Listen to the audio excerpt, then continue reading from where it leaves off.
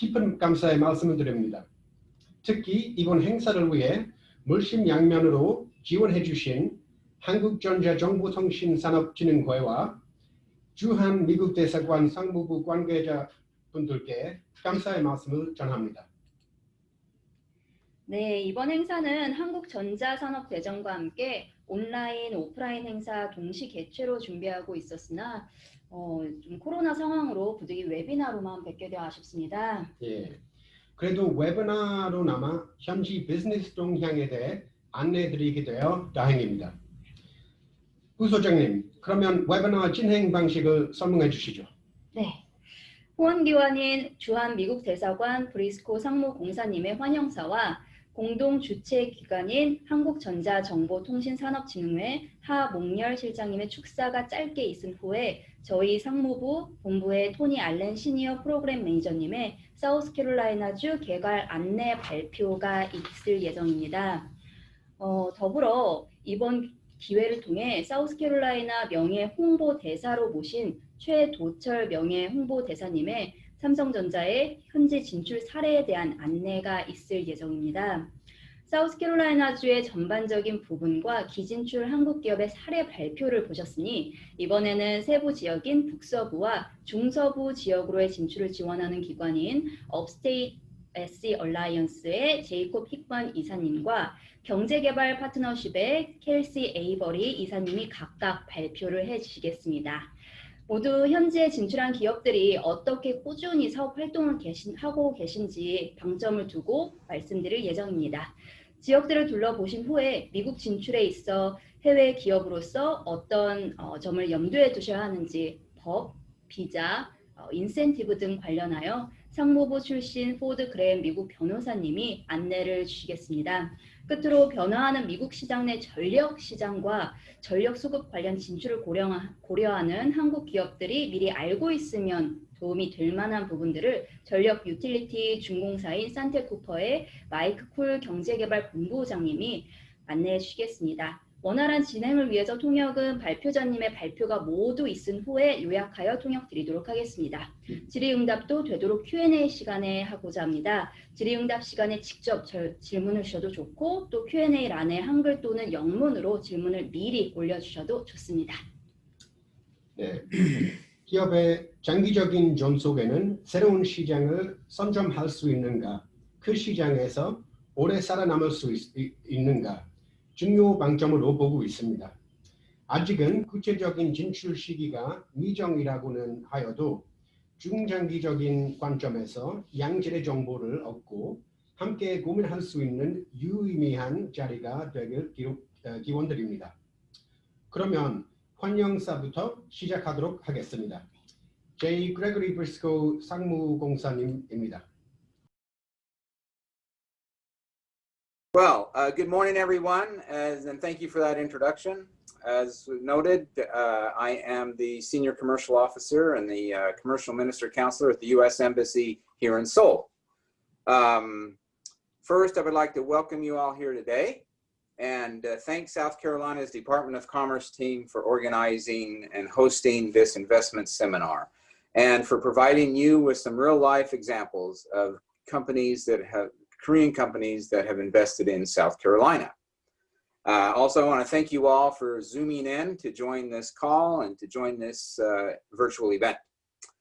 The world is obviously very impressed with Korea's growth into what is now the world's 12th largest economy, a member of the G20, and the US's 7th largest trading partner. US goods and services trade with Korea totaled an estimated $172 billion in 2019, which that is an all-time record so far. On the investment side, Korea is the United States' 14th largest investment source of investment, growing at an annual rate of 10% from 2014 through 2019. Reporting a total value of $61.1 billion in 2019.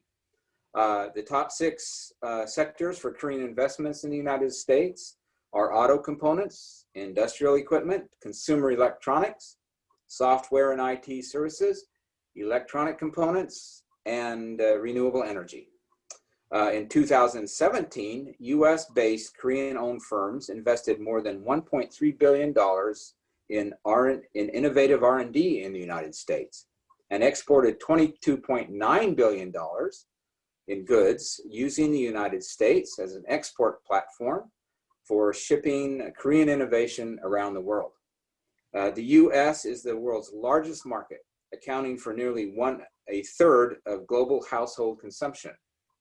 So if you want to sell more of your products in the United States, you need to establish a presence in the United States. Plus, the US has free trade agreements with 20 other countries around the world. So making your products in the US opens the door for those onward markets worldwide. Now, if your company uses cutting edge technology, or R&D is important to you, you want to be in the United States. More international patents are registered in the US compared to any other country. And cities, communities, universities across the US are developing innovative and supportive ecosystems to promote innovation and to help startups.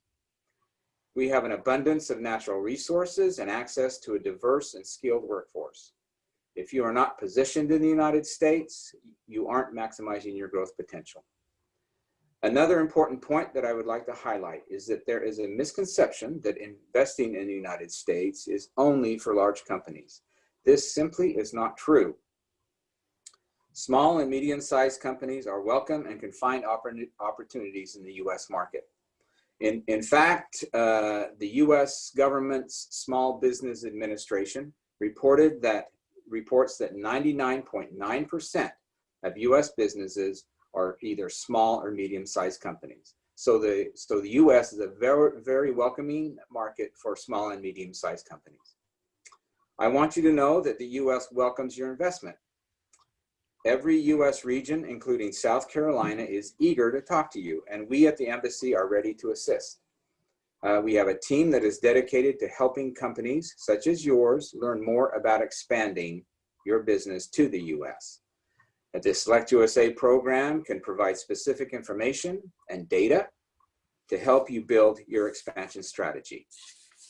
Now, just a few words about South Carolina.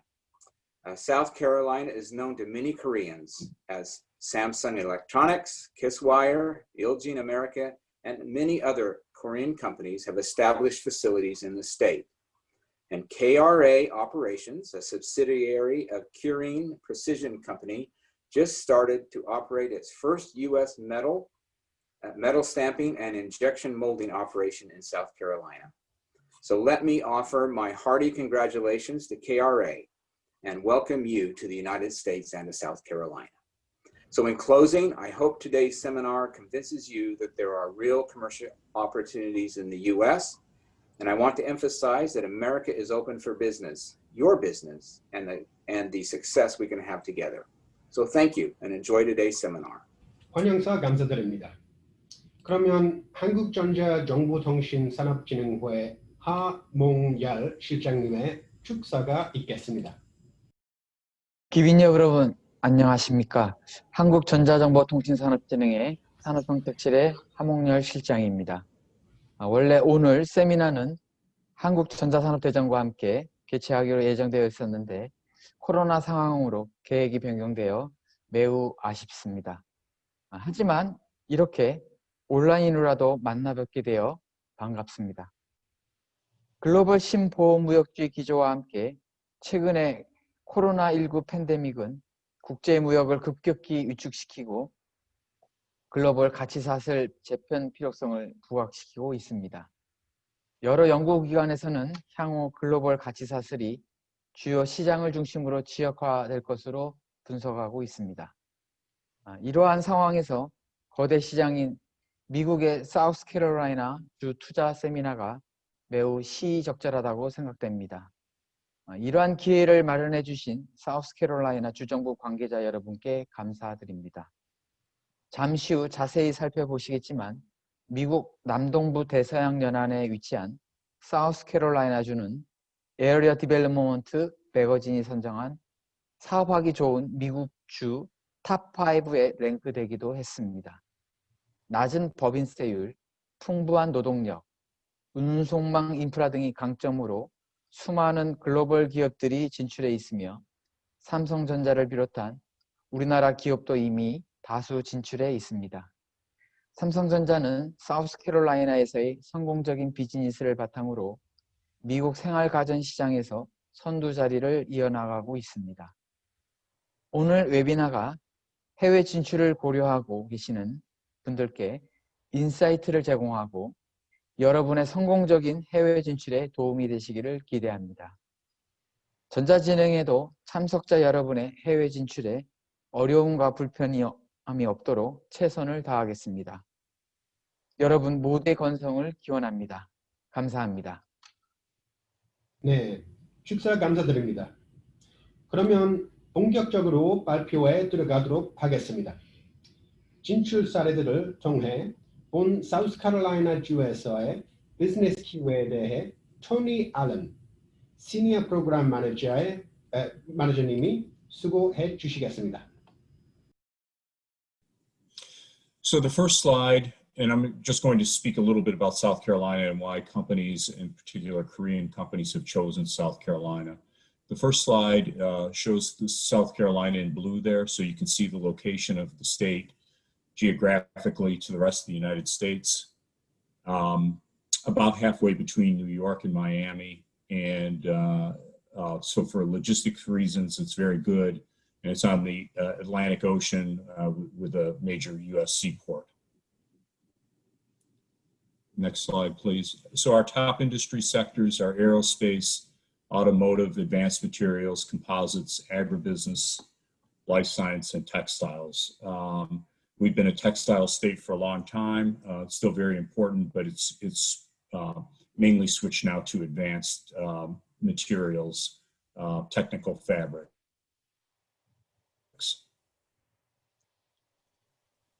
Next slide, please. So these are just some of the names, big names you've seen, global companies that have chosen to locate in South Carolina. Industry recruitment, foreign direct investment is very important to the state's economy.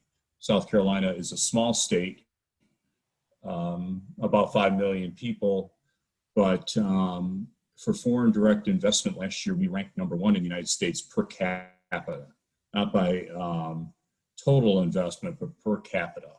So it's extremely important to the state's economy. Since 2011, there's been over $17 billion in capital investment and over 40,000 new jobs from companies from overseas. We have now 900. This map here shows you flags from all over the world. We're very proud of that, but I think the bigger picture is that we're a good location for companies to locate in, to thrive and to make money. So you can see flags from all over the world there. The larger the flag, the bigger the size of the investment.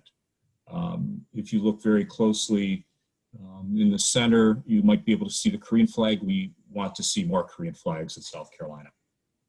Thank you. Next slide, please. So this is the investment from Korea from 2012 to today. Over $440 million in capital investment and 1,400 new jobs. Greg Briscoe mentioned Kisswire, one of the older companies that have been in South Carolina for quite some time. The Korean investment is relatively small, but it's growing quickly now. Samsung has had a customer service center up in the upper left-hand corner of the slide there for about 10 years, and then recently, in the last few years, opened up a major appliance manufacturing concern there closer to the center. Next slide, please.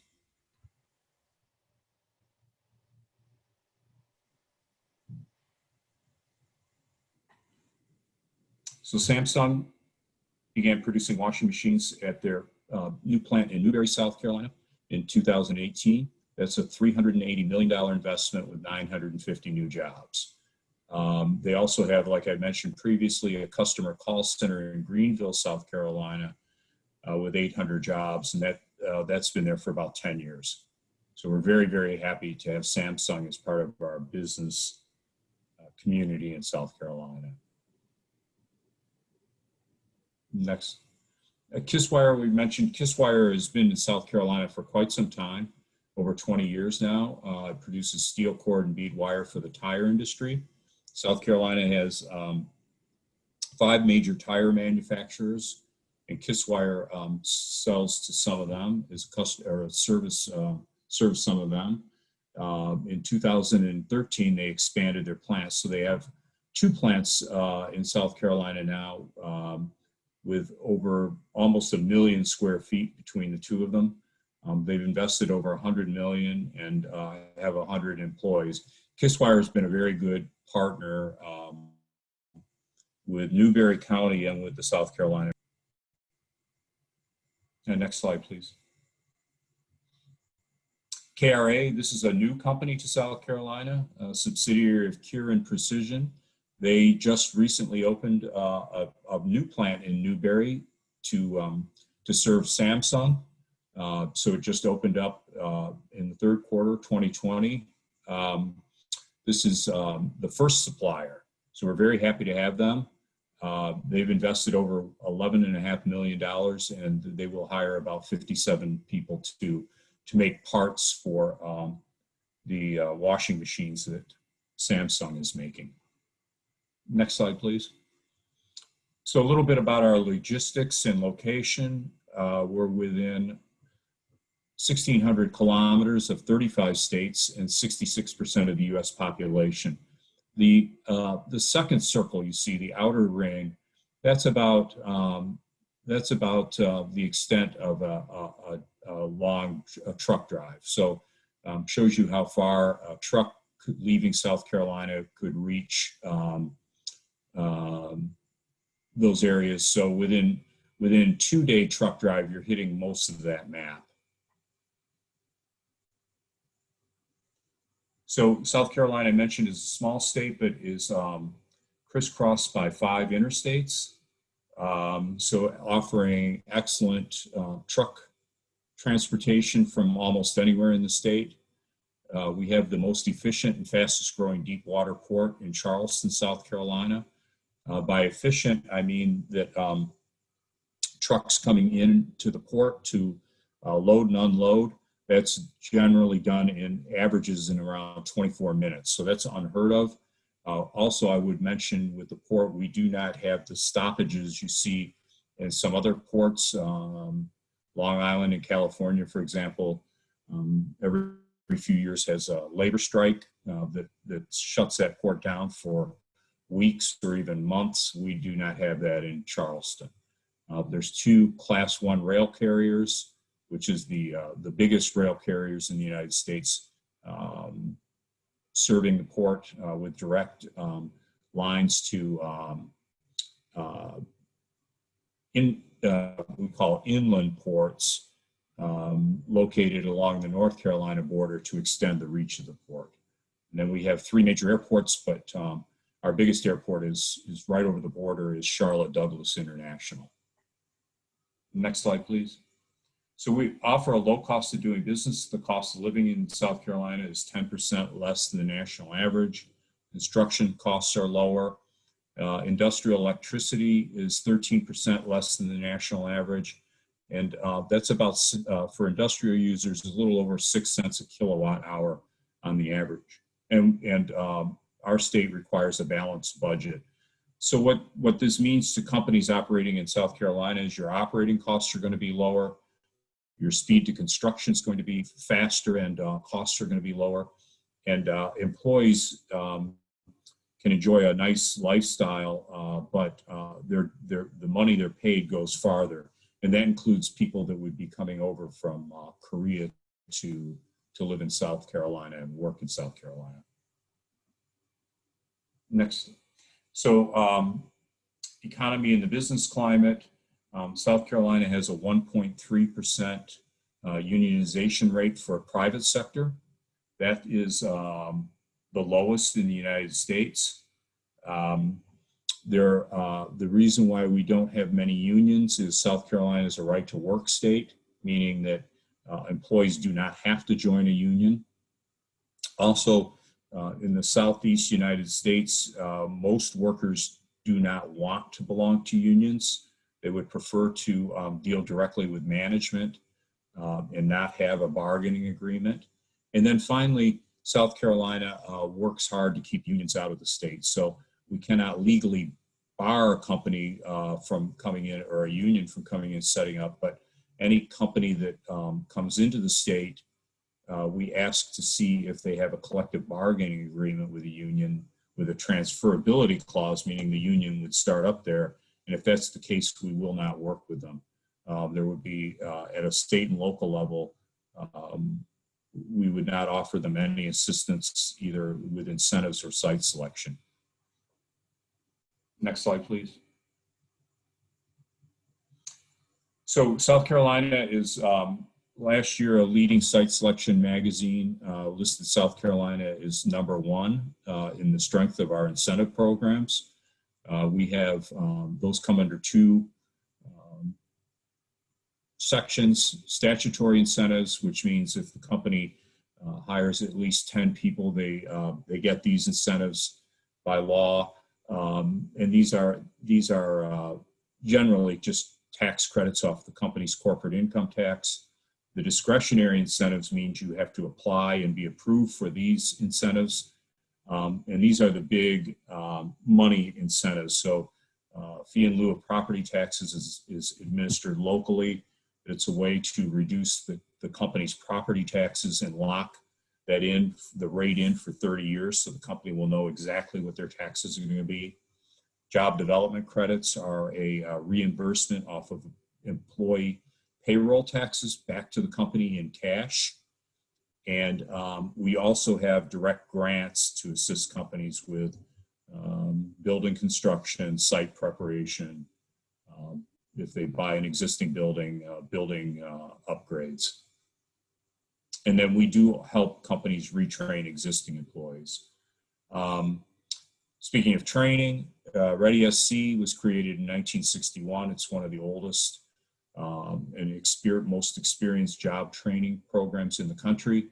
What Ready SC will do is meet with the company, develop a training program, and then the company trains production workers, but Ready SC picks up all the costs for that. So training materials, they will supply a place to do the training if the company doesn't already have one. If the company wants to bring people from South Korea to South Carolina to do the training, the state will pick up their airfare, meals while they're doing the training, their wages while they're doing the training, hotel. We pick up all those costs. And then the company, because you're doing the training, you'll be observing the employees going through the training, and the company picks out the ones that they think are going to be best for them. And that can be done pre-hire as well.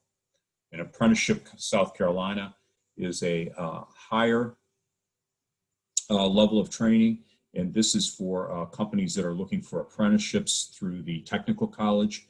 We help find those apprenticeships for you, and then there are some tax credits to help with that as well. Next slide, please.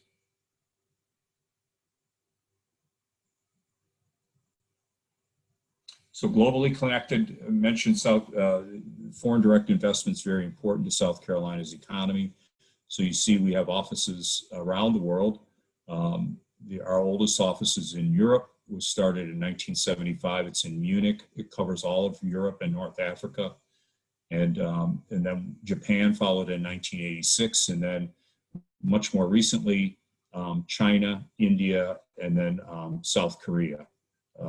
And we opened the South Korea office after the Samsung announcement, recognizing that trade and investment from South Korea is going to be very important, not only to the United States, but to South Carolina. Next slide, please. So that's it. I thank you very much for your time.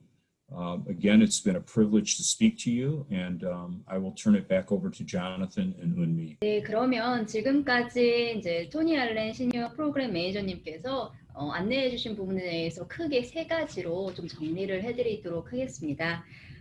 첫 번째는 그 사례 케이스 스터디인데요. 왜 글로벌 해외 기업들 그리고 한국의 그런 저명한 기업들이 왜 사우스캐롤라이나 주에 진출을 하였는가에 대해서 그런 점이 있었고요.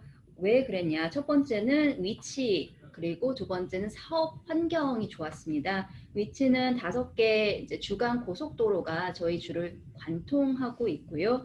그리고 이제 찰스턴 항구라고 해서 남동쪽에 보면은 북미에서 이제 5가지 물동량으로 꼽히는 그런 항구를 보유하고 있습니다. 그리고 내륙항으로는 그리어 내륙항, 딜런 내륙항 이렇게 2가지를 가지고 있고요. 그리고 사업 환경으로 말씀드릴 것 같으면 노조 가입률이 미국에서 가장 낮습니다. 1.3%이고요. 그리고 이제 전반적인 사업 비용이 타주에 비해서 매우 낮은 편입니다. 이런 부분들을 다 종합적으로 고려해 보았을 때 중장기적으로 지속 가능한 경영을 하기 위해서는 아무래도 미국에서는 사우스캐롤라이나 주에 거점을 두는 게 낫겠다라고 판단하신 기업들이 많은 거죠. 네, 감사합니다. 그럼 다음으로는 최도철 명예홍보대사님의 발표가 있겠습니다. 부소장님, 명예홍보대사님에 대해 간략하게 소개해 주시죠. 네, 이번 웨비나를 통해서 삼성전자의 최도철 전무님을 사우스캐롤라이나주 명예홍보대사로 모시게 되었습니다. 전무님은 삼성전자의 사우스캐롤라이나주 진출에 처음부터 지금까지 프로젝트를 리드하셨었고 현재도 사우스캐롤라이나 대학, 클림슨 대학과 공동으로 하는 R&D 프로젝트 등을 총괄하고 계십니다. 그간의 사우스캐롤라이나주와 삼성전자 간 가교 역할을 해주신 공로를 사 이번 기회를 통해 명예홍보대사로 위촉드리게 되었습니다. 대사님은 개인적으로는 기계공학 석사와 박사를 마치신 엔지니어이시고요. 지난 1970년부터 미국에서 활동하고 계십니다. 2004년 삼성전자 입사 후 지금까지 R&D, 대외 협력 등을 총괄하고 계십니다. 대사님의 삼성전자의 현지 진출에 대해 발표를 해주시겠습니다. 아까 소개를 잘 해주셨는데 최도철입니다. 그 삼성전자에서 그 수원에서 2004년부터 2012년까지 근무를 하다가 2013년까지 근무를 했군요. 2013년에 다시 미국에 돌아와서 삼성전자에 이르게 된 최도철입니다. 삼성전자는 왜 미국 사우스캐롤라이나주를 선택했느냐라고 하면 사실은 제가 삼성전자를 조인하기 전에 이미 사우스캐롤라이나에서 좀 스터디를 한 적이 있습니다. 제 전에 있던 회사에서. 전에 있던 회사는 유나이티드 테크놀로지라는 회사인데 거기서 젯 엔진, 제트기에 날아가는 엔진을 개발하는 사업을 해서 개발하는 엔지니어링 잡을 가지고 있었습니다.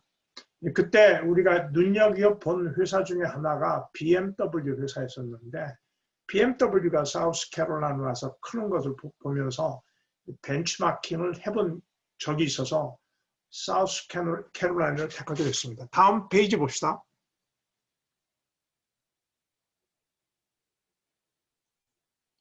그래서 지금 삼성전자가 사우스캐롤라이나 선택하기까지 전반적인 결과를 좀 설명해 드리고 제가 아까 잠깐 말씀드렸는데 BMW 사례, 그 다음에 사우스캐롤라이나에서 제 가장 관심이 많은 게 이제 에어로스페이스 쪽이고 그 자동차 산업 쪽인데 보잉, 그 다음에 왜 사우스캐롤라이나가 사우스캐롤라이나 주 진출을 고려하는 한국 기업들을 위해서 제가 조그마한 제 경험에 비추어서 말씀을 드리겠습니다.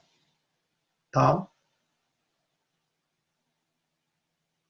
사실 사우스캐롤라이나에 저희들이 오퍼레이션이 2군데가 있습니다. 아까 잠깐 어느 분이 말씀을 하셨는데 그린빌이라는 굉장히 예쁘고 그 전통적인 타운이 하나 있는데 그 북서쪽에 있죠. 사우스캐롤라이나에. 근데 거기에 저희들 콜센터를 가지고 있는데 콜센터라는 건 이제 저희들 제품을 쓰는 사람들이 제품에 문제가 생기거나 퀘션이 있을 때 전화를 거는 곳인데 그 사우스캐롤라이나의 콜센터를 세운 이유는요. 사우스캐롤라이나 그린빌에 사는 사람들의 영어가 미국 사람들이 듣기에 가장 친절하게 들린답니다. 저도 그거는 처음에는 몰랐던 얘기인데, 그래서 사우스캐롤라이나의 저 그린빌에 저희 콜센터를 세우게 됐습니다. 다음 페이지. 저희 회사가 어떻게 되었는지, 미국에서 어떤 활동을 하고 있는가 잠깐 그 비디오로 보여드리겠습니다. For 40 years, we've created nearly 20,000 jobs across 44 states, invested billions of dollars in American people and ideas through R&D, small business, entrepreneurs, and manufacturing facilities. America is Samsung's fastest growing and most important consumer market. That is why we have partnered with the great people of South Carolina to make the Palmetto State our U.S. home appliance hub. The full life cycle of our home appliance business, from R&D with Clemson and University of South Carolina to distribution, has a ripple effect which will boost South Carolina's ecosystem and reinvigorate America's manufacturing leadership. In Newberry, we are investing $380 million in a cutting-edge manufacturing facility that will create almost 1,000 jobs, generating extra income for the state through taxes and energy demands.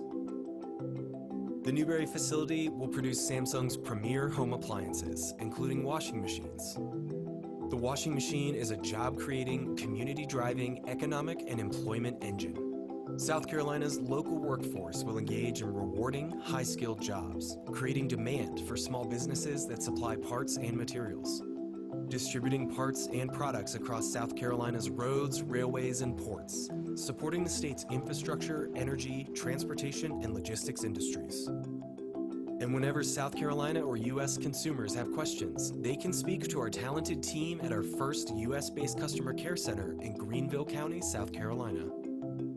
But that is just the beginning of our vision for South Carolina.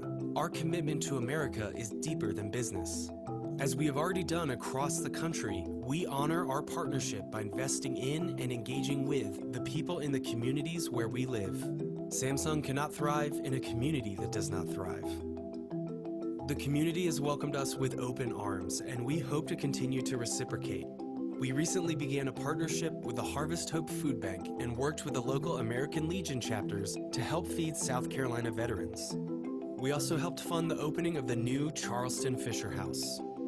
We are proud to provide our first products off the line to two deserving Newberry-based organizations, Boys Farm and Freedom and Hope Foundation.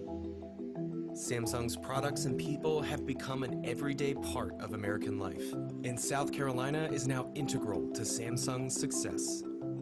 We are dedicated to strengthening the dynamic tech industry that drives global innovation and trends. Through these home appliances, we strive to enrich people's lives and enable a world where technology brings people a better quality of life. Through relentless innovation, we do bigger things and impact the communities like South Carolina that make it possible.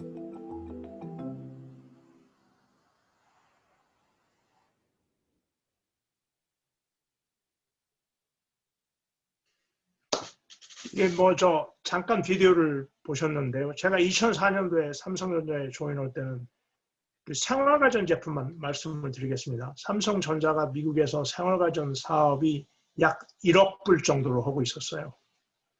근데 지금 올해는 약 그게 40억 불 정도의 매출을 40억 불이 좀 넘은 것 같은데요. 굉장히 급속히 성장을 했고, 사실은 지금은 한국 국내 시장보다 미국 시장이 훨씬 더 큰 시장입니다. 당연히 그 시장에서, 우리가 가장 큰 시장에서 그 생산 거점을 시작하는 건 당연한 일이라고 생각하는데, 이 50개 주 중에 왜 사우스캐롤라이나를 결정했느냐라는 것은 아까 잠깐 말씀드렸듯이 BMW 사례가 대표적인 예입니다.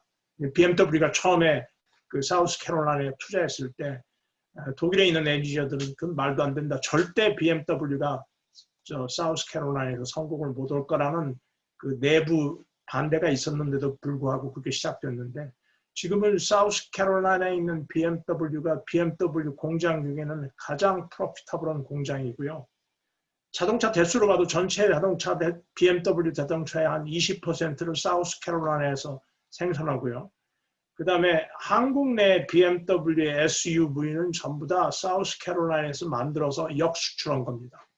그럼 아시면 여기가 생산 거점 거지로는 상당히 좋은 성공할 수 있는 사례가 BMW 사례라고 하겠습니다.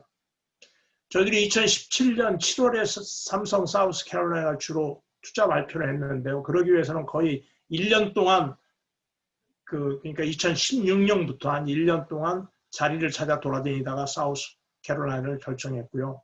그 다음에 어나운스한 다음에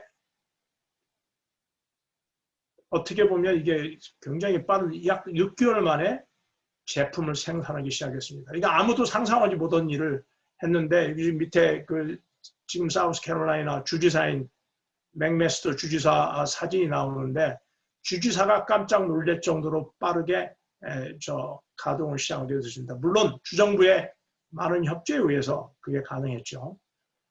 다음. 지금 현재 아까 우리가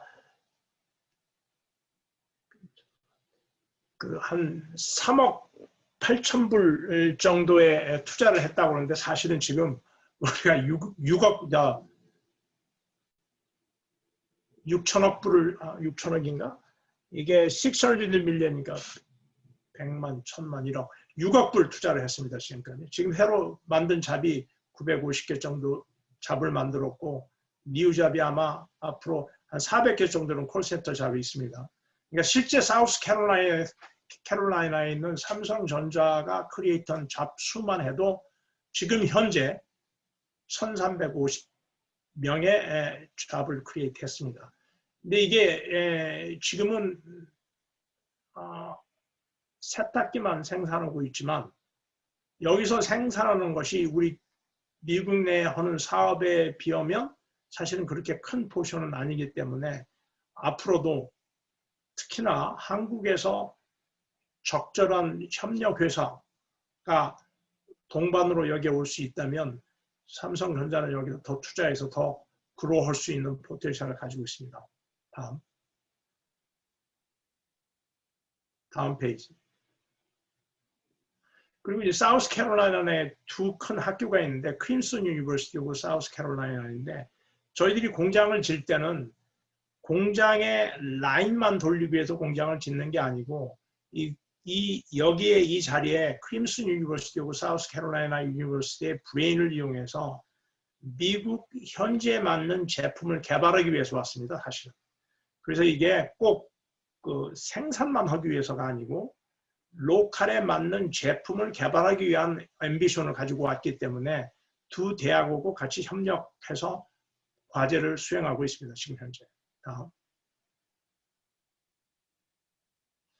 아까 잠깐 말씀드렸지만 BMW와 보잉이 사우스캐롤라이나에 위치되어 있고 제가 가장 관심을 많이 가지고 있는 회사고 보시다시피 혼다, 머세데스 벤츠, 그 다음에 볼보라는 회사들이 있는데 가만히 생각해 보시면 세탁기는 자동차를 뒤집어 놓으면 세탁기하고 비슷하죠. 사실은 세탁기를 만드는 데 들어가는 부품들이 자동차에 들어가는 부품들과 커머널리티가 상당히 많습니다. 제가 아무한테도 얘기하지 않았던 건데 아직은 이 로컬 서플라이어들한테 많은 부품을 받지는 못하고 있지만 앞으로 훨씬 더 로컬에서 부품을 서플라이를 받을 예정입니다. 다음. 이게 BMW 케이스인데 처음에 시작할 때는 사실은 상당히 많은 반대를 무릅쓰고 약 6억 불 정도를 투자해서 시작했는데 지금은 그게 70억 불에 투자가 됐고 지금 현재 하루에 1,500대의 자동차를 만들어내고요. 지금 11,000명의 고용이 가지고 있습니다. 사실은 사우스캐롤라이나에서 만들고 있는 BMW는 거의 SUV BMW인데 이게 BMW에서 SUV 공장은 사우스캐롤라이나밖에 없었는데 최근에 아마 작년인가 재작년에 이것하고 비슷한 공장을 중국에 만들었죠. 중국에 만들면서 여기서 많은 부품들이 중국으로 가고 있습니다. BMW의 SUV가 포퓰러해서 중국에서 중국 시장을 위해서 그다음에 한국도 여기서 만드는 BMW SUV가 한국으로 들어가는 겁니다. 다음. 이 더 재밌는 거는 보잉 중에 가장 어드밴스된 보잉이 보잉 787인데 그게 보잉 787이 원래 시작은 그 워싱턴 스테이트하고 사우스캐롤라이나에서 나눠서 어셈블 하기로 시작했는데 제가 들을 때 아마 작년부터 사우스캐롤라이나에서 전량 787 비행기 어셈블을 하게 됐습니다. 이것도 굉장히 큰, 아시겠지만 굉장히 큰 비행기고 사실은 787 비행기는 최첨단 비행기입니다. 이건 에어버스에서도 이런 비행기가 없는데 그 이유는 뭐냐면 787 비행기 내에 압력을 굉장히 높게 유지할 수 있게 스트럭처가 되어 있기 때문에 사실은 안 타보셨으면 한번 타보실 가치가 있는데 코리아 내에도 이 비행기가 있습니다. 비행기 안이 습도 조절을 잘해서 굉장히 컴포터블합니다. 다음. 이렇게 두 개의 메이저 회사가 이랬고요. 저희들도 앞으로도 이 사우스캐롤라이나에서 더 클 앰비션을 가지고 있고요. 또 하나는 제가 주지사님하고 그 주의 그게 뭐야 장관들한테 여기 들어오기 전에 몇 차례 약속한 바가 있습니다. 회사를 외국에서 이렇게 미국에 투자해서 회사를 만드는 것은 이거를 애를 낳는 것과 같이 아버지의 역할을 할지는 모르지만 일단 회사가 사우스캐롤라이나에서 와서 공장을 운영하기 시작하면 이거는 어머니가 애를 키우는 것 같다. 그래서 이거는 주정부하고 특히나 주지사를 유시해서 주정부고 커뮤니티에서 잘 서포트가 되면 이 회사가 클 수가 있고 그렇지 못하면 결국에는 그 회사가 망할 거다. 라는 얘기를 몇 차례 했고 사우스캐롤라이나 주정부의 모든 분들이 그런 것을 잘 이해를 하고 계셔서 저희들도 굉장히 그 협조를 많이 받아서 지금 운영을 하고 있습니다. 이상입니다. 네, 유익한 정보와 아주 재미있는 발표를 주셔서 감사합니다. 뭐니 해도 지속 가능한 경영을 할 수 있는 포대인가가 중요한 부분으로 짚어주신 점으로 이해됩니다. 선례로 언급 주신 BMW가 위치한 지역으로의 유치를 담당하는 Upstate South Carolina Alliance의 제이콥 힉먼 이사님 북서부 지역 소개 및 진출 안내를 주시겠습니다.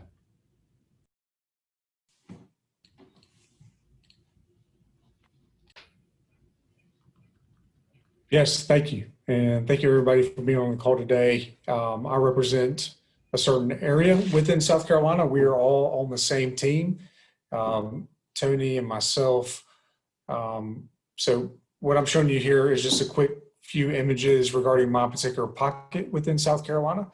And we've talked a lot about geography and the advantages that we offer in South Carolina. So if you guys will just kind of slide through the images here, I'll talk briefly on each one.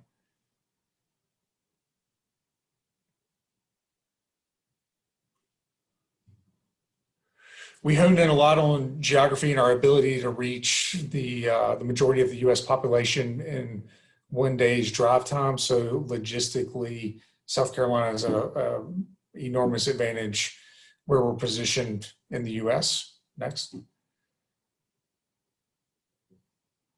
Here's a map I like to show just because it's a good image of the critical mass of the population within the U.S. You can see this is the U.S. lit up at night, and the population in the southeastern United States, we sit right in the middle of all that activity and that population. So for business purposes, there's a lot of opportunity for growth. Also, a lot of advantages in terms of reaching your current customers and potential customers.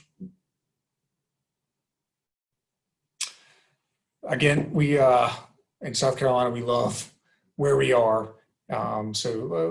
This pocket within South Carolina, Charlotte, Atlanta, two major U.S. metropolitan areas, and South Carolina connects all of that. So there's a lot of growth in terms of population and business, which yields a lot of opportunity for folks in Korea as they look to scale up their business within the US.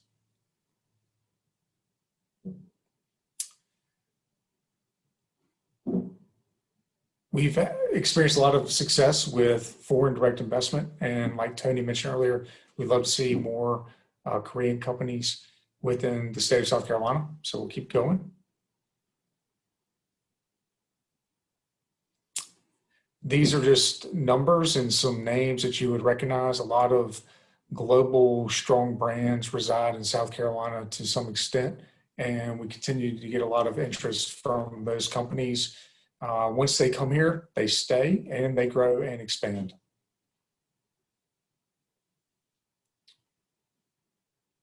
Just some good recognition that we experience all the time. This is just one example of that, and our ability to accommodate companies looking to enter the US.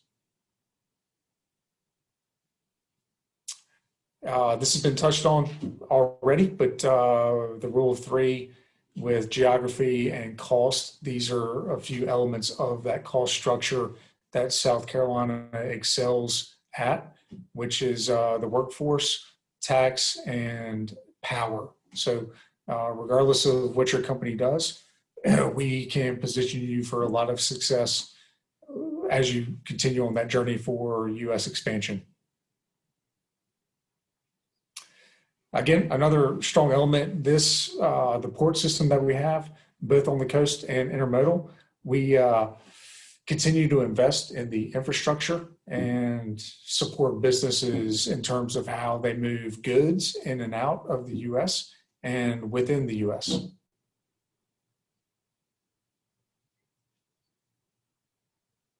One of our focus areas is good strong engineering. So when a company comes in here, we have the ability to educate and provide you with sustainable workforce solutions in terms of growing your company once you enter into the US.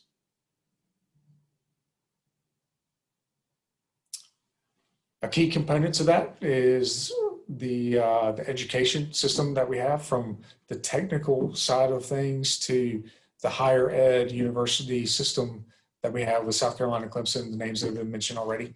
But our ability to provide you with a long-term sustainable solution in terms of labor and technology is something that we are very proud of and we continue to excel at.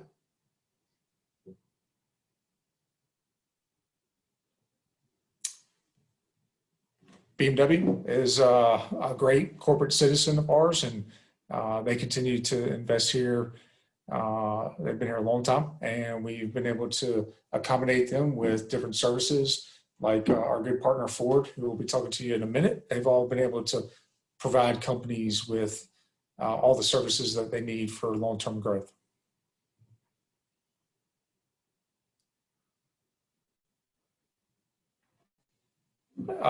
Again, another example of where we thrive, which would be our ability to incorporate materials into applications within industry. So we have a strong cluster of companies that are able to commercialize different types of materials and technology that is in a partnership with the university and technical college system. That's our team. Again, we work closely with everybody on this call from South Carolina, and we're happy to assist you. And we all communicate regularly, and we're all good friends. So we look forward to working with you down the road. Thank you. 네, 발표 감사드립니다. 그러면 이번에는 크게 또 세 가지로 안내를 드리겠는데요. 제이콥 픽만 이사님 말씀해 주신 부분이 이제 명예홍보 대사님이 말씀해 주신 바와 같이 사우스캐롤라이나주는 주정부, 카운티, 지역정부, 지역기관, 연구시설, 그리고 커뮤니티까지 모두 합심해서 협력을 하는 한 팀입니다. 첫 번째는 특히 이 중서부, 북서부 지역을 담당하는 업스테이트 SE 얼라이언스 같은 경우에는 엔지니어링 이제 그런 공학 전공자들이 많은 지역이고요. 그래서 이제 클림슨 대학교가 이제 종합대학이 하나 있는데 이 대학교로 말씀드릴 것 같으면 한국의 고려대학교와 같은 그런 성향을 가진 곳입니다. 그래서 그 심볼도 호랑이이고요. 그 타이거스. 그리고 이렇게 보시면 클림슨 대학교에는 국제 자동차 연구센터가 있습니다. 그래서 이쪽 자동차 연구센터에서 BMW, 볼보, 그리고 삼성 등과 여러 연계 조인트 R&D 프로젝트를 하고 있고요. 미국에서 유일한 자동차 대학원을 가지고 있습니다. 그래서 이렇게 중장기 성장 성공을 위해서 산학 협력의 토대 인프라가 잘 갖춰진 곳입니다. 네, 선생님 말씀 발표 주시죠. 감사합니다. 이번에는 조금 더 아래로 내려가 보죠. 브리지스톤과 한국계 오유재 대표님에 의해 설립된 USFibers 공장이 위치한 중서부 지역으로의 지역 소개를 켈시 에이버리 이사님께서 해주시겠습니다. Thank you. So Economic Development Partnership is the regional alliance for 4 counties in South Carolina. Next slide, please. For Aiken, Edgefield, Saluda, and McCormick County, Aiken County is where Bridgestone is located. We have 2 Bridgestone plants. And then Edgefield is where USFibers is. So we're the regional alliance that handles all of the day-to-day aspects of economic development for each of our counties. So if you were to locate in one of our counties, you would deal directly with us, and we handle anything from project management to product development, existing industry retention and expansion. We tell you that we're your problem solvers. So if you have a problem, whether it be workforce or needing extra land to expand or just needing a little help with government tape, we're here to help you. All in all, we have 224,249 people out of 4 counties, with Aiken County being the largest at 178,000. Within 60 minutes, you tap into a population of 1.2 million with a 72% regional labor force participation.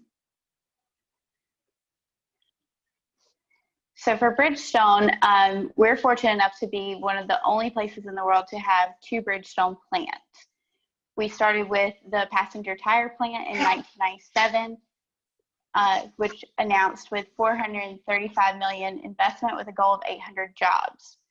By 1999, they began construction, and then by 2011, they were already expanded. They had expanded twice that year at the PSR plant and announced the off-road tire plant, which is the only facility outside of Japan to produce their off-road tires. By 2013, they had opened the ORR plant. And then by 2020, they now produce over 1 million tires a month. So the key components for us attracting not only 1 Bridgestone plant, but 2, was from the get-go, we built trust with the delegation that came. By having our local leaders involved from the beginning. We had the chairman of county council, who was the final say on various incentives. He was there right from the get-go, so they knew if we told them, yes, we can do this, that it was going to be done. The original site shown to them did not suit their needs. However, they saw some land across the street, and within a week, we had all of their questions answered, and we're ready to go. So for the ORR plant, we were already a known commodity for them, and they'd already built the trusting relationship with us, and that put us at the forefront of their search. Next slide. So for USFibers, USFibers was founded by Edward O. They are focused on post-consumer and industrial recycling. They do a lot and have thankfully expanded a lot, starting with opening their facility in Trenton in 2002, then expanded in 2012 with a $5.5 million investment, and then again in 2017, adding 20 more jobs. As of 2020, they are employing 156 people and looking to expand again, I believe. So for our foreign direct investment in EDP, Japan, being mostly Bridgestone, ranks top for us with the 2 Bridgestone plants, but we also have Shinsho American Core, Newman Technologies, and Aiken Precision Technology. Then we have Germany with MTU, and they produce the engines for off-road mining equipment. Then we have Switzerland with Autoneum, and they make auto components. Then United Kingdom with BAE and Bondex, both are in the automotive industry, with BAE being more for defense technologies. And then with Canada, we have investments for a food manufacturing facility. And our Korean number is not totally accurate, as we did not include the investment for 2017 for USFibers. And that's all for EDP.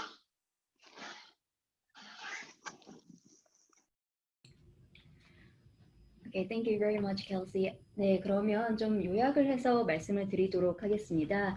아직 슬라이드가 보이시죠? 이쪽에 보시면 이렇게 펜을 하나 할게요. 이쪽이 바로 이제 켈시 에이버리 이사님께서 말씀해주신 그 지역이고요. 제이콥 힝먼 이사님은 요 위쪽 북서부 지역을 담당하는 기관에서 오셨죠. 그래서 이번에 켈시 이사님이 말씀해주신 점은 이제 아무래도 이제 브리지스톤도 크게 들어가 있고 한국계 이제 미국인이신 오유재 에드워드 오 대표님이 이제 설립한 USFiber 한국 케이스 스터디 사례도 있고.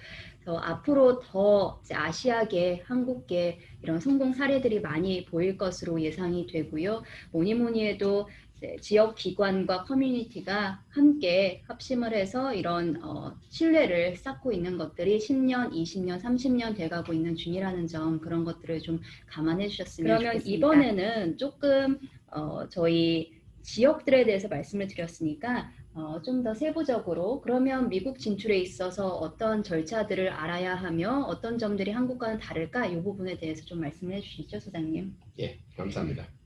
그럼 이번에는 법률적으로 넘어가 보겠습니다. 현지의 사업 환경이 좋은 것은 이해가 되는데, 그러면 어떻게 법인을 설립하면 되고 법률적, 세무적 등으로 직접 진출 시에 해외 기업으로서 염두해 두면 좋은 점은 무엇인가에 대해 K&L 게이츠, 포드 그레이엄 미국 변호사님께서 발표해 주시겠습니다. Hello, thank you. Good morning, and thank you for the opportunity to chat today. I want to talk to you a little bit about the United States in terms of what you need to think about when doing business there. And unfortunately, you may have heard about the litigious nature of the United States, and it's true. You do business in the U.S., and you're going to have a lawyer. So I'll talk a little bit about some of the best practices of getting started in the U.S. Next slide, please. Okay, we'll go one more. There we go. So I'm going to start a little bit with incentives, and I know that my former colleague Tony Allen mentioned about incentives, and in general, incentives can be fantastic. They can be very helpful in reducing some of the costs that you have to bear when starting a new endeavor in the U.S. But one of the most important things to remember is that incentives will never make a bad location decision a good one, in that you've got to find the right location for your company from not only an incentive standpoint, but from a tax standpoint, from a labor availability and cost standpoint, from general cost of doing business. And so a bad site is never made good by incentives. The other thing you have to consider when talking about incentives is their applicability. Do these incentives actually help me? Do they apply to what I'm trying to accomplish? These tax credits, can I use them? So again, you need to think about what these incentives apply for and how they help you. And then finally, the balance of cost. Yes, I'm getting lots of incentives maybe, but are there lots of other costs that I haven't thought about? Are the taxes higher on employment? Is it a more expensive place to do business? And so are these incentives really pushing me forward, or they're just breaking even with other locations? Next slide, please. So, and in the United States, it's really a competition among the states. South Carolina tends to be very, very competitive when it comes to incentives. but each state and each municipality and each county is trying to convince you that they're the right location for you to be. And so they tend to be very aggressive in terms of trying to put the best foot forward and encourage you to come by offering different subsidies and incentives. And there are lots of different types of incentives. There are, like as I mentioned before, there are tax abatements, so ways to reduce your taxes. There are upfront infrastructure improvements, helping you put a roadway down or building a water system to get to you, or some other type of infrastructure need. There are tax credits. Some states and some communities give away land, or land at a reduced cost, or a building at a reduced cost. Some utilities, as in power and water, will do reductions based on your volume and based on trying to encourage you to come to their location. And then of course there's those training assistants as well to try to enable you to get your company up and running faster, based on their ability to provide and help train the labor force in the area. So a large array of incentives. And what each of these states and what each of the jurisdictions wants to know is, what's the overall size of the project? How many jobs you're going to create, and what types of jobs? Are they, wages at the lower end of the scale? Are they scientists and engineers and executive level staff? And then, of course, what's the investment going to be? Are you going to invest millions of US dollars in equipment and manufacturing, or is it just an office space with computers? Are you going to build a new building? Again, the jurisdictions want to understand the parameters of the project. And they also obviously are very interested in whether you're going to be in an urban area where there's lots of development, or you're going to be in a more rural area where development and new companies are harder to come by. Next slide, please. And in addition to the incentives that I mentioned and the ones that Tony talked about earlier, there are things that I call soft incentives. And it's not, financial support, but it's how responsive the state is, how responsive the community is. Do they seem interested in your project? Do they want to help you move forward as fast as possible? Are they answering your questions? Some communities offer help with human resources and how to adjust your way of doing business to the way of doing business in their particular state or their community. There's obviously opportunities with some communities to do local supply chain integration. I mean, again, some communities are better at helping you figure out who to connect with in your local community and who to connect with in the region to enhance your ability to do business. Next slide, please. So again, incentives are a huge part of doing business in the U.S. There are lots of opportunities, and at every level, not just the state level, but also the local level. So one of the things that I want to talk about in terms of doing business in the United States is the legal world of U.S. And again, some differences between doing business in the U.S. and say Korea is that there are essentially three different levels of law in the United States. There's the federal law, and that comes from Washington, D.C. and Congress and the federal court system. And then there's the law of the 50 U.S. states. So not all states have their own, not all states are equal. And South Carolina's law is different than Alabama's law, is different than California's law, is different than Alaska's law. And so you have to be cognizant of that when making a decision. And then finally, each of the communities within a state have their own regulations and own ways of doing business. So those are the three different types of, or three different levels of law in the US. Next slide, please. And I know we're sort of pressed for time, but these are the things that you need to think about from a legal perspective when you're coming to the United States for the first time. One is, where do you want the location to be, and what are the factors that are influencing that location? Second would be, what type of entity do you want to have? Is it a corporation or a partnership or an LLC? Obviously, the corporate formation is also very important, and that has a lot to do with the tax consequences of trying to keep the money that you make in the United States within the United States, or trying to bring it back to Korea. Obviously, taxation, as I mentioned before, is a big part of making that final decision. Obviously, there's a lot of federal regulations that are involved as well, and then finally, as I was alluding to before, there's also state and local regulations that can influence where you go and the type of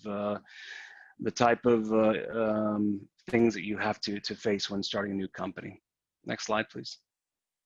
So in terms of finding the right entity location, you need to think about what are the different states that you're looking at, and in terms of their local taxes, their state taxes, what are the licenses and permits that you have to obtain to start a business in those locations. What are the minimum wage laws? Just because a minimum wage in the United States is $7.50, it may be that the minimum wage in that particular community or that particular state is much, much higher. Or it may be that even if you pay the minimum wage, you really need to pay higher to attract and maintain the employment force that you're looking for. On a local level, there are also zoning ordinances about the type of company you start, and the type of building you may build, and the type of business you're occupying in that location.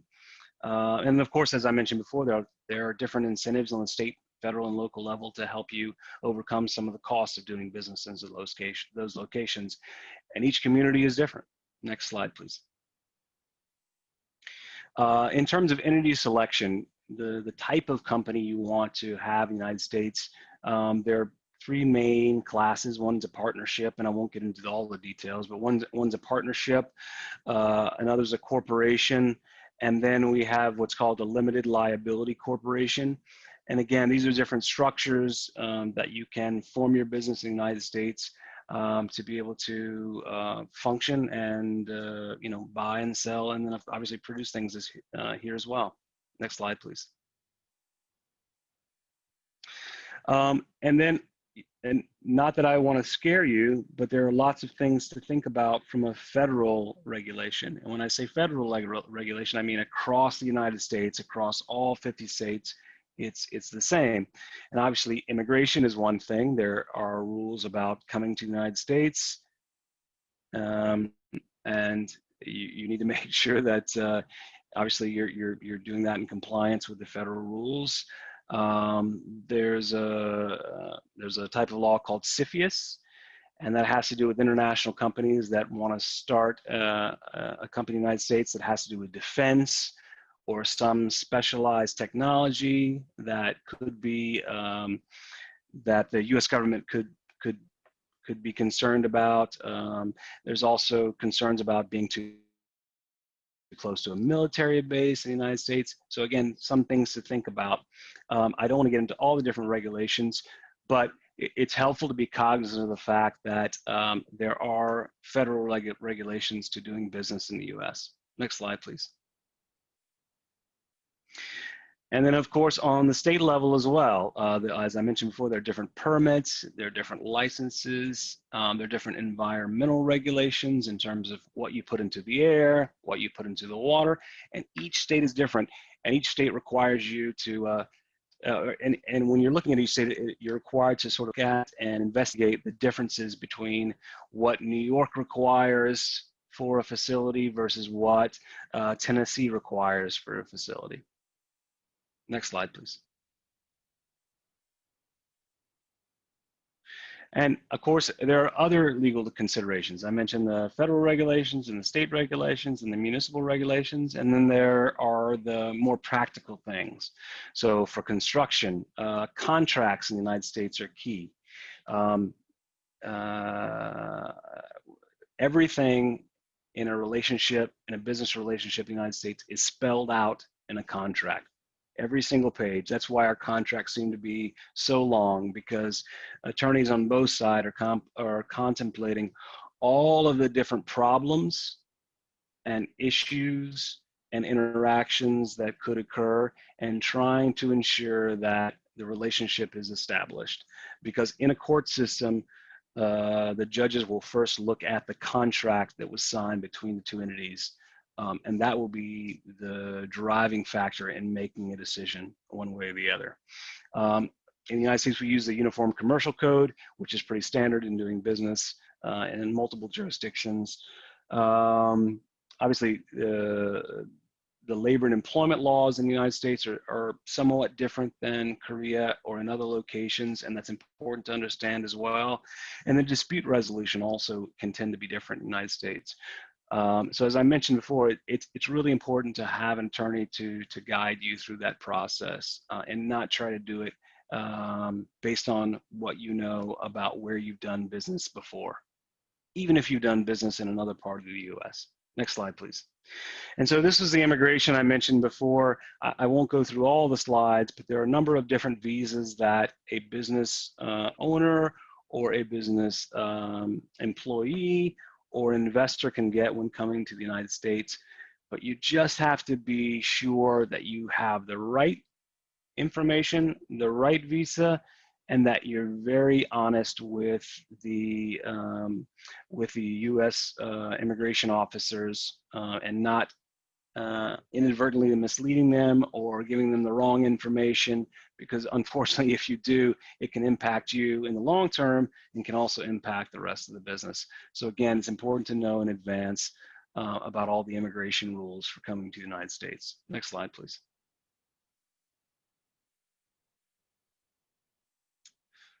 And we'll go to the next slide as well. And then finally, my advertising plug, K&L Gates has offices in 26 locations in the United States and then 20 locations internationally, including Seoul. We have an office of about 6 attorneys there that can help you do business all over the world. And we do all types of legal work across the globe.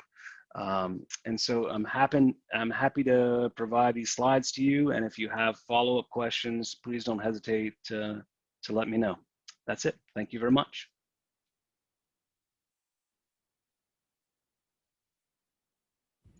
Thank you very much, Ford. 저희가 그러면 조금 더 부연 설명을 드리도록 하겠습니다. 많은 정보를 받으셨죠? 네, 그러면 요거를 슬라이드 띄워놓고 말씀을 드리겠습니다. 일단 크게 3가지로 저희 포드 그램 미국 변호사님은 상무부 출신 그런 근무 경력을 갖고 계신 미국 변호사님이시고요. 지금은 K&L 게이츠라는 로펌에서 활동하고 계십니다. 그래서 크게 3가지 요약을 드리자면 첫 번째는 미국을 진출할 때 특히 진출이라 하면 현지의 연락사무소나 지사나 법인 또는 공장 설립이겠죠. 근데 아무래도 이제 미국 입장에서는 이제 현재 고용 창출이라든지 경제 활성화를 많이 보기 때문에 종합적 인센티브를 이제 제안해 드리는 점에 있어서는 그런 고정적인 인센티브도 있고 자율재량적인 인센티브도 있지만 특히 지역마다 정말 다릅니다. 50개 주가 정말 각 나라처럼 자체적으로 움직이기도 하고 또 그 한 주에서도 예를 들어서 사우스캐롤라이나 주에서도 북서부로 가느냐 또는 조금 덜 발달된 지역으로 가느냐에 따라서 좀 다르죠. 그래서 이제 주마다 정말 인센티브 시스템이 달라서 어떻게 보면 배와 사과, 오렌지 이런 것들을 비교하는 것과 비슷하다라는 말씀을 이제 일전에 많이 해주셨습니다. 만약에 이제 미국 쪽으로 직접 진출을 좀 단기적으로, 중단기적으로 좀 보고 계시다, 구체적으로 좀 생각하고 계시다 했을 때는 여러 이제 주들을 한 4-5개를 뽑아 보시고 또 인센티브들도 저희 상무부와 같은 그런 정부기관을 주마다 다 있으니까요. 컨택하셔서 비교해 보시면 되겠습니다. 두 번째는 이제 말씀 주신 것처럼 미국은 연방정부 체제, 주 체제 이런 것들이 다 달라서 연방정부가 지정하는 법이 또 따로 있고요. 그리고 이제 주마다 또 지정하는 독자적인 법률 각기 다른 시스템을 가지고 있고요. 지자체마다 또 고유의 규정이 따로 있습니다. 이런 부분들을 하나하나 조금 더 세심하게 좀 고려해 주셔야 할 사항이고요. 지금 변호사님 말씀해 주신 그 최저임금 시급에 대해서 말씀해 주셨는데 연방 정부에서는 시간당 7.5불을 최저시급으로 보는데요. 다만 주마다 또 다릅니다. 주마다 최저시급을 정할 수 있어서 자율권이 있어서 다른데요. 저희 사우스캐롤라이나주는 주 자체의 최저시급은 없고요. 연방의 시간당 7.5달러를 따르고 있습니다. 다만 이제 현지에서 이제 원활하게 리크루팅을 하셔야 될 때는 조금 더 이제 유동적이게 되겠죠. 그리고 조닝 관련해서 말씀 주셨는데 이 부분은 토지 사용에 대한 용도를 이제 지정한 토지 용도 지정 규정으로 이해해 주시면 됩니다. 그리고 세 번째로는 연방 차원에서 고려하실 점 그리고 기타 이제 고려해 주시면 좋을 점 이런 부분들을 말씀해 주셨는데요. 첫 번째는 가장 중요한 점은 그 비자 관련입니다. 처음에 많이들 미국 리서치, 사이트 서치라든지 이런 것들을 가실 때 이스타 그 무비자로 입국을 하시는데 그런 관광을 할 수 있는 그때는 일을 하시면 안 되죠. 현지에서 뭔가 이익을 내는 그런 활동을 하시면 안 되고요. 이제 법률상으로는 그리고 그때는 이제 매니징, 이제 관리 감독을 하는 그런 실제적인 일을 하는 그런 활동을 하면 안 되시고 다만 이제 워킹 비자를 그 다음 수순으로 이제 만약에 A라는 회사가 미국 내에 많은 사이트 서치를 해보니 뭐 사우스캐롤라이나와 그 인근 지역이 가장 낮은 괜찮은 것 같다라고 보셨고 이제 조금 더 들어가서 이제 정말 사무소 하나를 지어야겠다. 그런데 주재원 한 명을 파견해야겠다. 그때는 주재원 비자, 워킹 비자를 받으셔서 나가면 되는 거죠. 예를 들어서 보시면 네, L 비자가 소위 말해서 주재원 비자로 이제 이해하시면 되고요. E 비자가 투자자 비자로 이제 이해하시면 되겠습니다. 그리고 그 이후에는 이제 비자들을 계속 갱신하시면서 나중에 이제 원하시는 이제 필요하신 때는 이제 시민권 취득이라든지 이런 쪽으로 넘어갈 수 있는데 그 부분은 이제 K&L 게이츠와 같은 전문가의 상담을 받으시길 안내를 드립니다. 회장님, 다음 순서로 넘어가 볼까요? 네, 감사합니다. 조금 길었죠? 아니요, 좋습니다. 오래 기다리셨습니다. 이번에는 마지막 발표인데 현지의 전력 수급 관련 중공사인 산티쿠퍼의 마이크 쿨 경제개발본부장님의 발표가 있겠습니다. Thank you, Jonathan, and thank you very much. It's my pleasure to be here with you tonight as part of Team South Carolina, and I'm going to familiarize you with Santee Cooper. Next slide, please.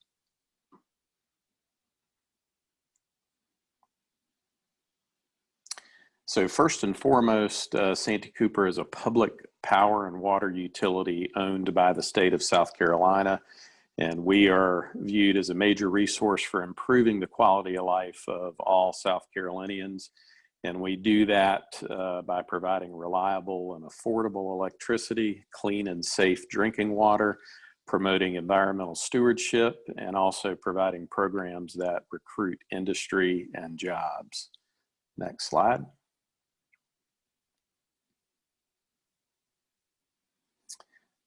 So as noted on the previous slide, and part of Santee Cooper's mission is improving the quality of life of South Carolinians. And, you know, I included this slide just to show you the natural beauty of South Carolina. We have mountains, beaches, lakes, rural areas, and metro areas that'll provide you with numerous places for outdoor activities. Next slide. So, as part of being a power provider, Santee Cooper's customer base is largely made up of wholesale customers. We supply 15 of the 20 electric cooperatives in the state. We also supply 13 cities. We also have direct serve areas, and we also supply 27 large industrial customers. All in all, it is about 2 million people in the state. And we do this through public power, which most importantly is nonprofit. Next slide.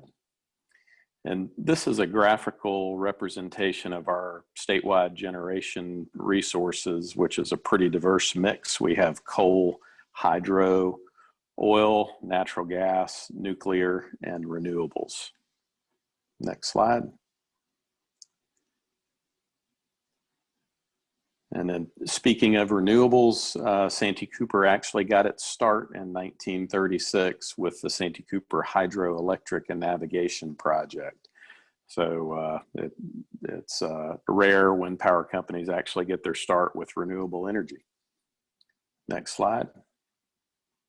So in 2014, Santee Cooper contracted for a 3 megawatt solar farm in Colleton County, and that was the state's first utility scale solar project in South Carolina. Next slide. So the future is bright for renewable energy with Santee Cooper. We're retiring another coal facility, and then we plan to add 1,000 megawatts of solar by 2024. And then we're also going to phase in about 200 megawatts of battery storage between 2024 and 2028. Next slide. And reliability is something that is very important with Santee Cooper. And you can go to the next slide. And it's would be very important to you as well as a customer, because you want to make sure that your power is flowing when it needs to flow. We rank among the best in the country, number 4, compared to a list of more than 550 investor-owned and cooperatives. And it's the top 1% based on 2019 data. We have over 5,000 miles of transmission lines and almost 3,000 miles of distribution lines. And our distribution system ranks in the top 10% in national benchmarking surveys. Next slide. And affordability, Santee Cooper rates are lower than state and national averages across every customer class. And having these low rates are essential in meeting customer needs and also attracting new industry and job creation. Next slide. And as part of Team South Carolina, we've supported industrial recruitment in all 46 counties of the state, working with alliances such as Jacobs in the upstate, Kelsey's with the EDP, and others across the state. We have loan and grant programs, and we've secured $15 billion in capital investment and created over 80,000 jobs across South Carolina since 1988. Specifically, loans, we've funded $105 million since 2012 and $42 million in grants since 2012. And this is a great example of how our programs have been utilized in KRA Operations, as Tony mentioned earlier this evening in his slide. Product development is very important in South Carolina. Our programs support that. Mid-Carolina Commerce Park benefited from road infrastructure and site improvements with a $625,000 grant from our site readiness program.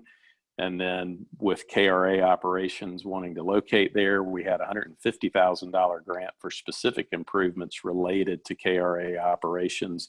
And they are served by Newberry Electric Co-op, one of the 15 that we serve in the state, which is nonprofit as well. And I believe that is the last slide, and I'll be happy to take any questions that you might have. 네, thank you, Mike, for your great presentation as always. 제가 그러면 조금 더 부연 설명 드리면서 한국어로 좀 요약을 드리고요. 바로 Q&A 세션으로 넘어가도록 하겠습니다. 크게 3가지 좀 말씀을 드릴 점이 있는데요. 우선 들어가기 전에 한국은 캡코와 같은 이제 어떻게 보면 정부에서 지원하는 그런 큰 이제 공사가 한국의 전력 그런 수급에 대해서 대부분을 담당하는 것에 비해서 미국은 매우 좀 지자체마다 좀 다르고 또 이제 사기업도 할 수 있고요. 이번에 이제 발표해 주신 산테쿠퍼는 준공사입니다. 저희 사우스캐롤라이나주에는 크게 3가지 유틸리티 관련 이제 기업들이 있고요. 공사 또는 기업이 있고요.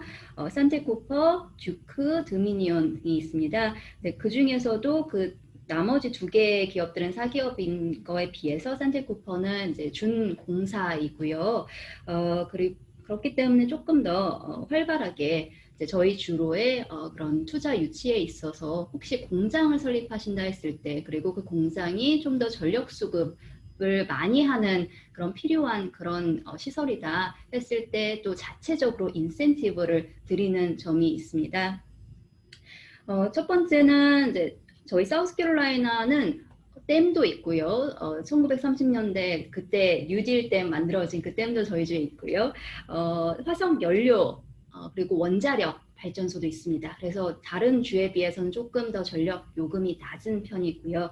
다만 이제 신재생 에너지 이제 글로벌적인 트렌드에 맞춰서 저희 사우스캐롤라이나주도 이렇게 슬라이드로 보시는 것과 같이 신재생 에너지를 좀 활발히 하고자 하는 그런 움직임이 있습니다. 보시면 배터리 저장 장치 200메가와트를 2024년부터 2028년까지 이렇게 좀 더 많이 활성화하려는 그런 계획을 가지고 있고요.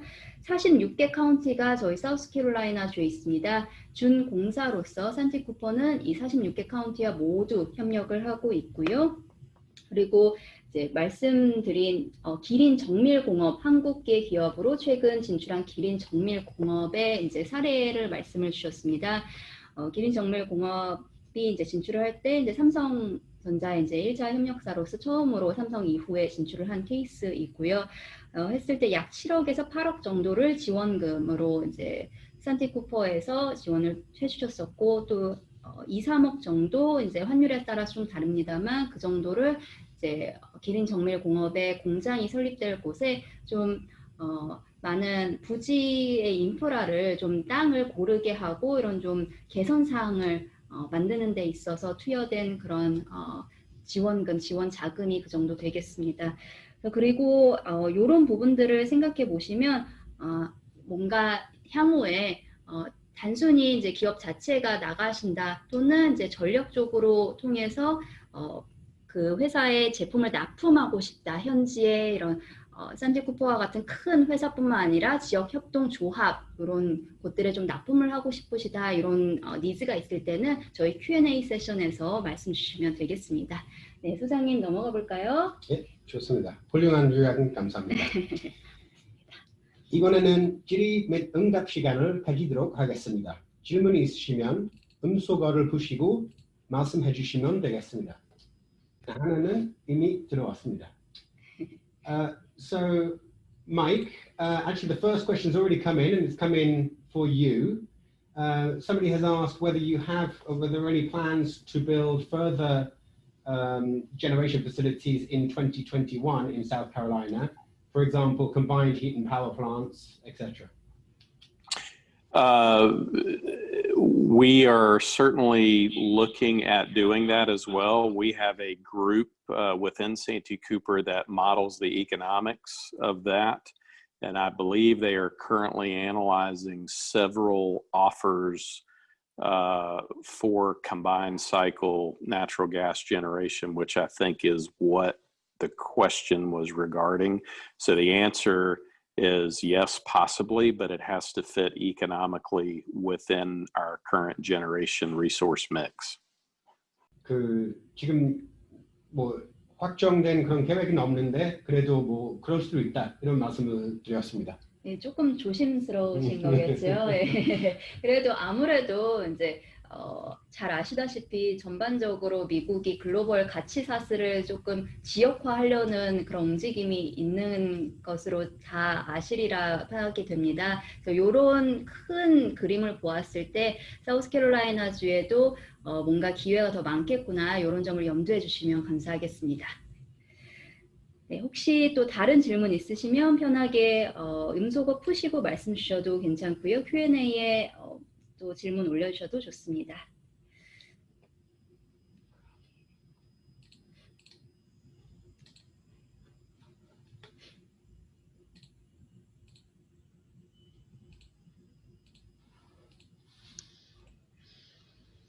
네, 제가 지금 이제 말하기를 다 허용을 드리고 있습니다. 그래서 편하게 음소거 푸시고 질문 있으시면 말씀해 주시면 감사하겠습니다. So we have a a comment from somebody. So somebody who supplies generation companies with software, and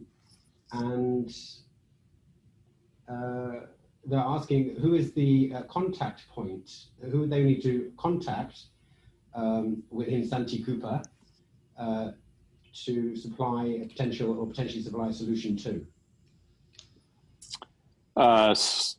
So we certainly have an IT department of Santee Cooper, and we have a chief information officer whose name is Dominic Matalone.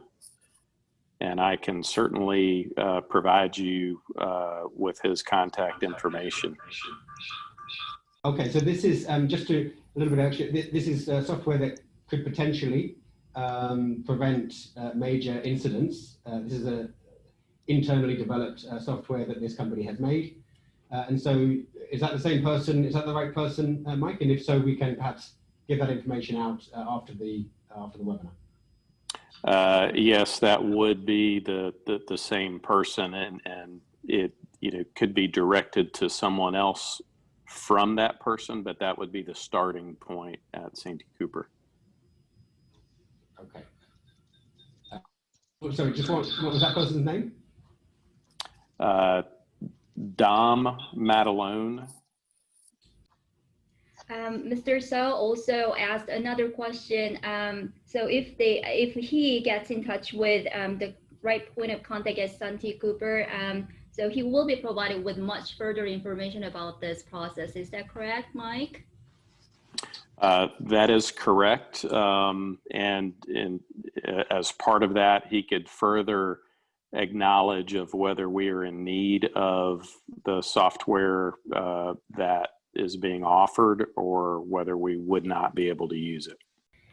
네, 감사합니다. 그러면 혹시 또 다른 질문들이 있으시면 편하게 이제 Q&A에 넣어주셔도 되고 손을 흔들어 주셔도 되고요. 이제 음소거 푸시고 음성으로 직접 질문해 주셔도 좋습니다.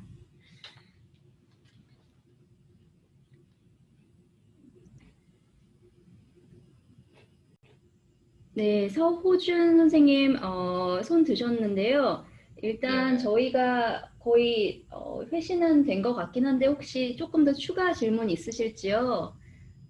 네네. 지금 그 컨택 포인트를 듣기는 했는데, 그러니까 자세한 뭐 이메일이나 전화번호를 받을 수 있으면 좀 좋을 것 같아가지고 이야기를 했습니다. 네, 저희가 그런 부분 관련해서는 이메일이라든지 이런 컨택 포인트는 이 행사 후에 따로 개별적으로 안내 드리도록 하겠습니다. 네, 그럼 질문이 하나 더 있는데요. 해도 되나요? 네네. 네, 그 비자 관련인데요. 그러니까 한국 기업에서 투자를 이렇게 해가지고 미국에 회사를 설립할 경우에, 그러니까 만약 한국 오너가 미국에서도 같이 사장으로 같이 이렇게 일을 하려면, 그러니까 이 비자를 받는 게 가능한가요? 회사가 투자를 하고 그 오너는 그 회사의 최대 주주인 경우에. 네, 이 부분은 저희 미국 변호사님, 포워드 그레엄 변호사님이 답변을 해주시는 게 좋을 것 같습니다.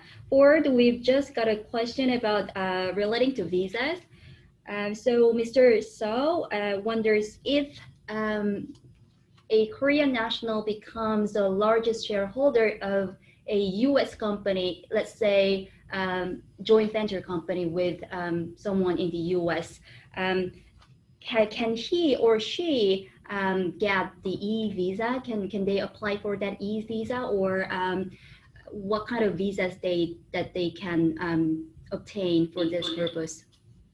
Yeah, and one of the options is, in terms of investors, obviously it's the e-visa, and it is eligible for what you're describing. Another option would be one of the let me see if I can pull it up.